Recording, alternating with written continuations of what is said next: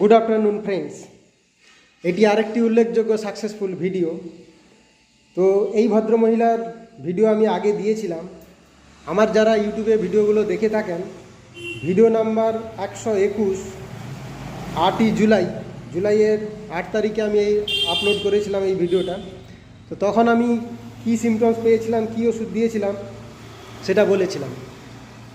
তো এর মেন সমস্যা ছিল পুরো শরীরে একটা যন্ত্রণা ছিল, পুরো গা হাত পা যন্ত্রণা করতো, তাই তো? রোদ সহ্য হতো না, রোদে গেলে মাথার যন্ত্রণা হতো, আর মাথা ঘুরাতো। আচ্ছা, এছাড়াও এর কনস্টিপেশন ছিল, পায়খানা স্বাভাবিক হতো না, রোজ হতো না, শক্ত হতো, প্রস্রাবের বেগ আটকে রাখতে পারতো না, সঙ্গে সঙ্গে যেতে হতো, হোয়াইট ডিসচার্জ ছিল। এই সমস্ত সমস্যাগুলোর জন্য আমার কাছেও এসেছিল। তো একে আমি মাত্র একবার ওষুধ দিয়েছি, কনস্টিটিউশনাল ট্রিটমেন্ট আমি করেছি।